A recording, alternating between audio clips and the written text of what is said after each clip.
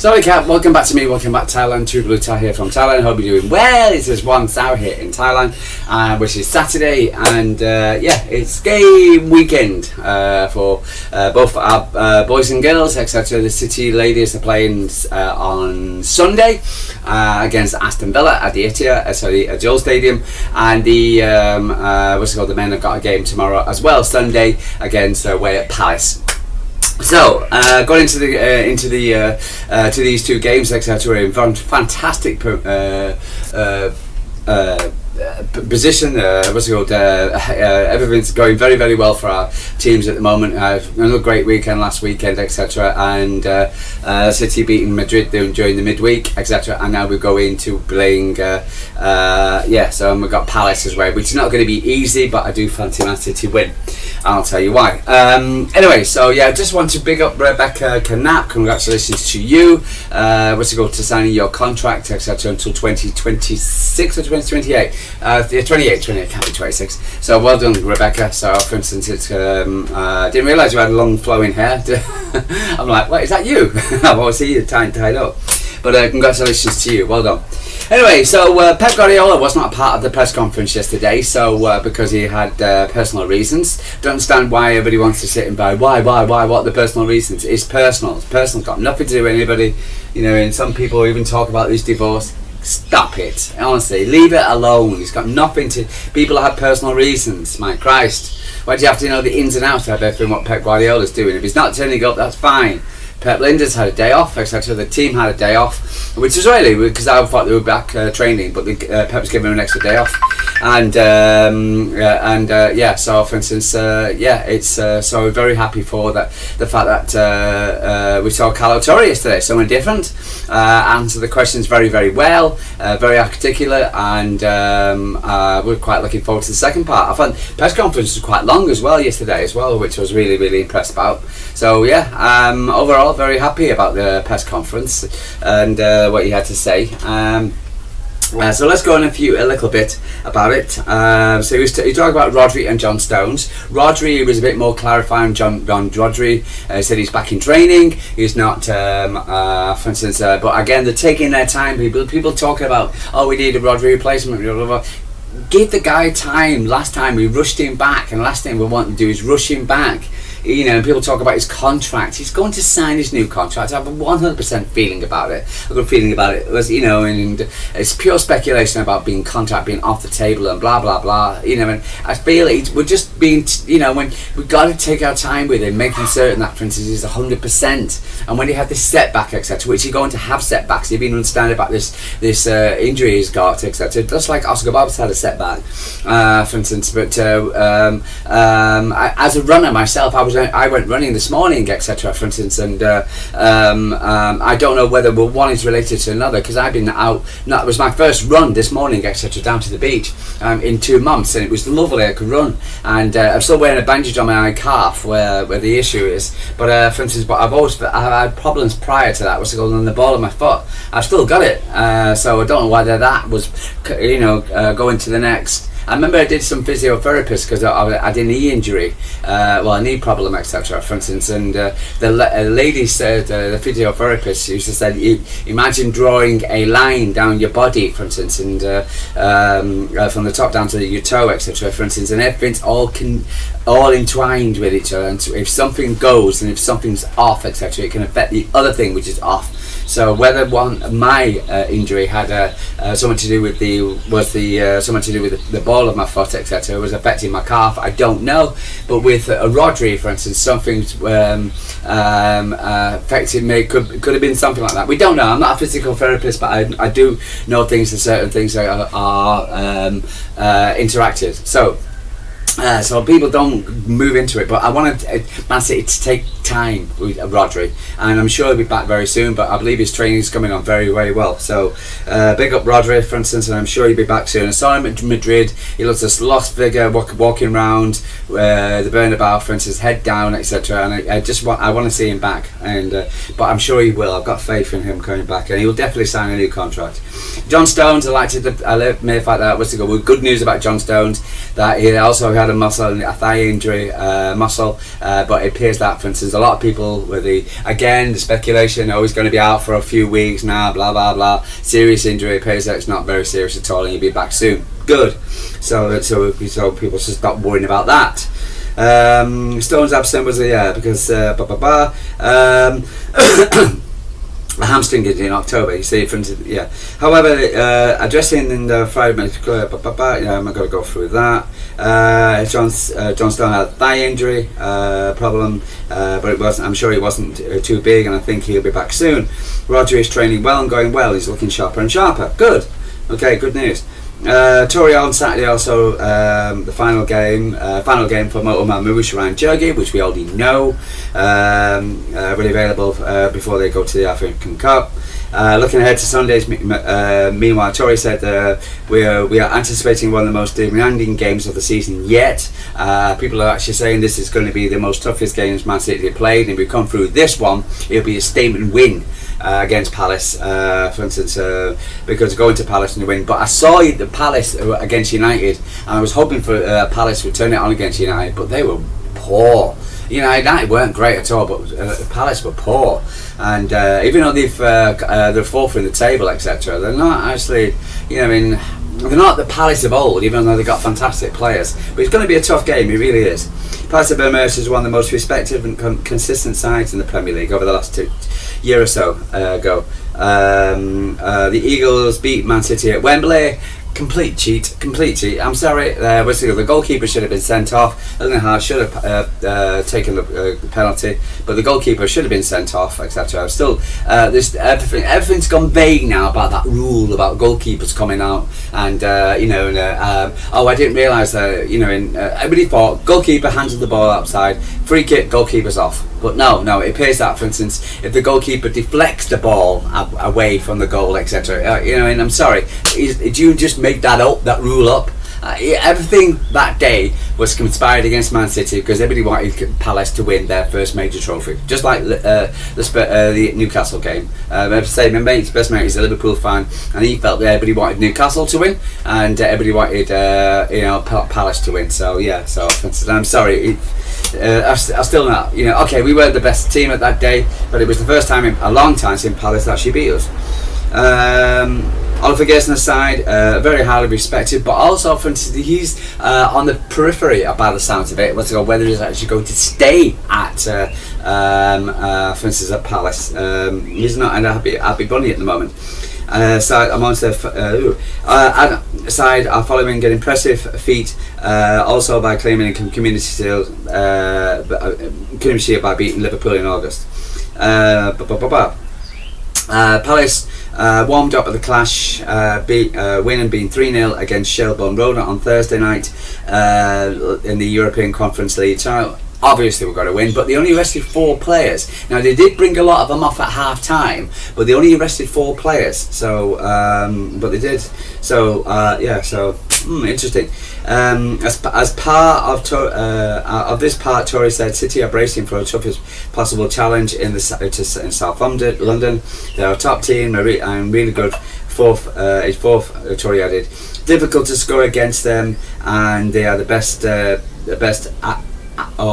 second best at conceding goals. Yeah, they've got a very good defence. Again, for instance, you've got one of the most sought after defenders at the moment in Gehi. What's he going to do? Looks like he could go into Liverpool, and he would. But definitely, the Liverpool definitely dropped the ball. Should have got Gehi over Ekitike or Isaac, etc. For instance, I believe is injured at the moment. So so he should have focused on the defence. I said to my mate, I was saying a Liverpool fan, I said to him, Liverpool needs to get getting more defenders rather than actually more attackers, etc. Anyway, so one day people will listen, but it was focused on what we can do if we're playing football and hard work. We can beat any team on the league. Yes, we got a great feel of confidence now. Man City now feeling good about the team. Team is progressing well. Pep said we're not there yet. We know we're not there yet, but we're progressing well. We're going up that table. We're winning every game. We're going about our business quietly, for instance, and winning games. And it feels good now. For instance, it really does. And being the blue for both men and ladies. Having won in 4 competitions, Pep Guardiola in 8 times history. He also talked about his actually delight of actually working with Pep Guardiola, which I thought was lovely. Yeah, so he was very, very happy about working for Pep Guardiola. Let's have a look at some statistics. So head-to-head so far, head-to-head, Palace 4th, City 2nd, 25 points, Palace 31 points for Man City. Palace goal scores 20, Man City 35. Goals conceded, everything's very, very similar. On goals conceded, shots on target, shots off target, very, very similar, very similar. But block shots 61 City, 61 for City, 48 Palace. Passing accuracy very similar, 10 for City. Form guide. So Palace beat Shelburne 3-0, Fulham 2-1, etc. And again, the Fulham, she should be beating Fulham, etc. But there you go. Burnley again, they won, but only by 1 goal. They lost against the Rags and they lost against Strasbourg. So even though they are they're probably deserved there, but again, the league is so. It's points. It's so close at the moment. The league between the from Arsenal all the way down to Newcastle, for instance, it's too close. So are they a top 4 side? Someone can talk about winning the league. Come on. But no, again, for instance, so I'm not buying that one at all. But they were poor against, and even though they've won the last 3, Shelburne, no surprise. Fulham, again, not convincing. Only 2-1 win at Fulham. For instance, and Burnley only won 1-0. So not actually blowing teams away. Previous meetings played 58, won 13, Palace won, Man City won 31, draw 14. Last 3 games, Palace, so Palace won the FA Cup final, cheats. Man City won the Etihad 5-2 on the 12th of April, and we drew 2-2 last time we were at Palace. I believe we've got a fantastic record and we haven't lost at Palace for a long time.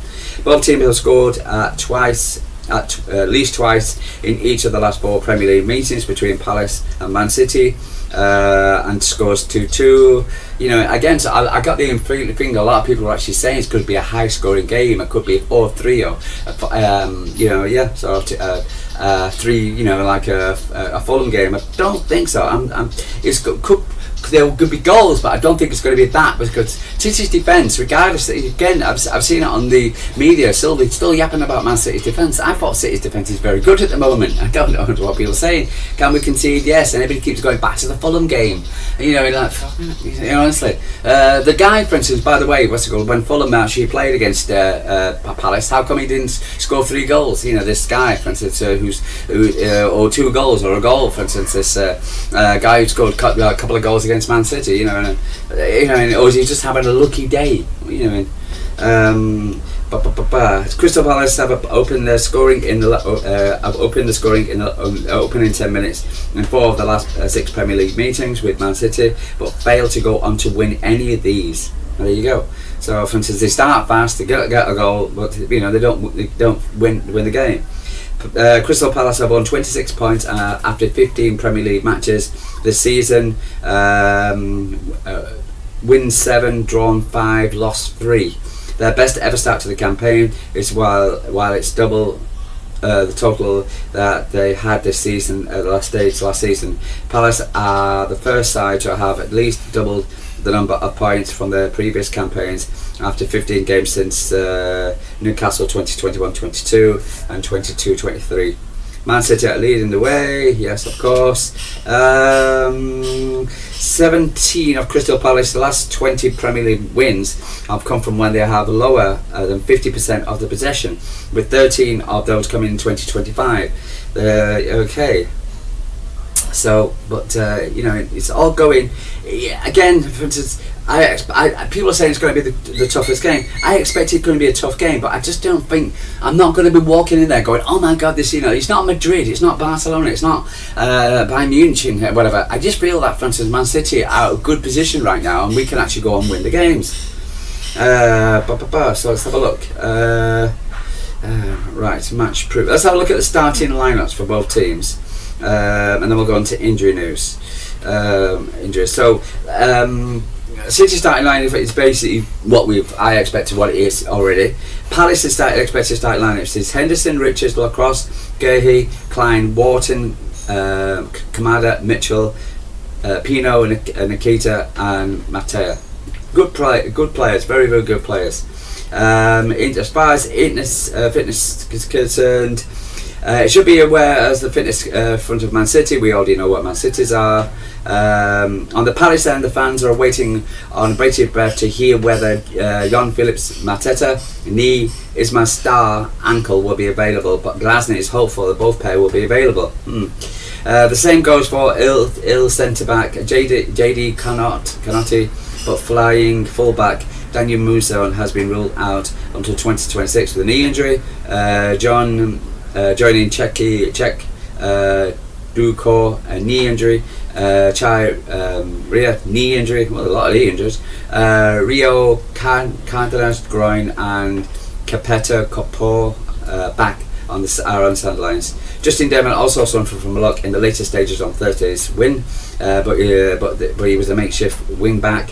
Nathan Nefanti Klein was also expected to return from the battle with City. So they have got a few injuries out, and even though, for instance, Maketa and Sarr, etc., is very important to them, but they expect him to be back, but we'll see. Again, we've heard this before. I expect it's going to be a tough game. I don't think, again, for instance, Palace defence is very, very good, and Man City's defence, regarding even though we're getting chased out, also good. So is it going to be a 4-5 or is it going to be a 5-4? Now, I don't think it will be, for instance, because again, Palace don't concede very much, etc. And regardless of what people are saying about Man City's defence, Ruben Dias and Joshua Gvardiol, Nunes and O'Reilly are playing very, very well. So whether Ryan Ignore will get a start, whether Kuznets will get a start, a lot of people are saying we're going to play a lot of give them a lot of rest next week against Brentford in the League Cups draw against the Etihad. So I expect Man City to go full strength.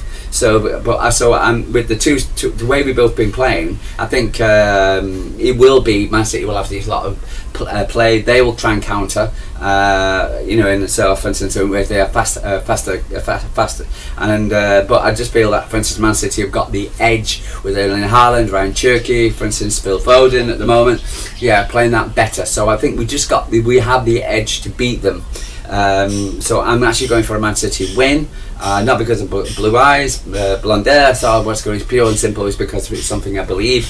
We're in a good position right now, and believe that, for instance, we can beat Palace, for instance, even though it's going to be a tough game. So we're all expecting Arsenal to beat Wolves. People saying 6-0. I'm not even going to say that. I think it's going to be maximum 3-0. What's to go for Arsenal against Wolves? I've heard these people saying before, Man City will go off and beat Leeds 6-0, and what was the score? It's not always the given, just because the team coming to is a bad side. We're expecting Arsenal to win, but again, City haven't lost at Palace for a long time, so that's in our favour. So playing well, City's tails are up because of how we're playing and the fact that we've come back from Madrid. So got an extra day's rest as well. A lot of things kind of pushing into Man City's favour as far as I'm concerned, as far as the odds are concerned.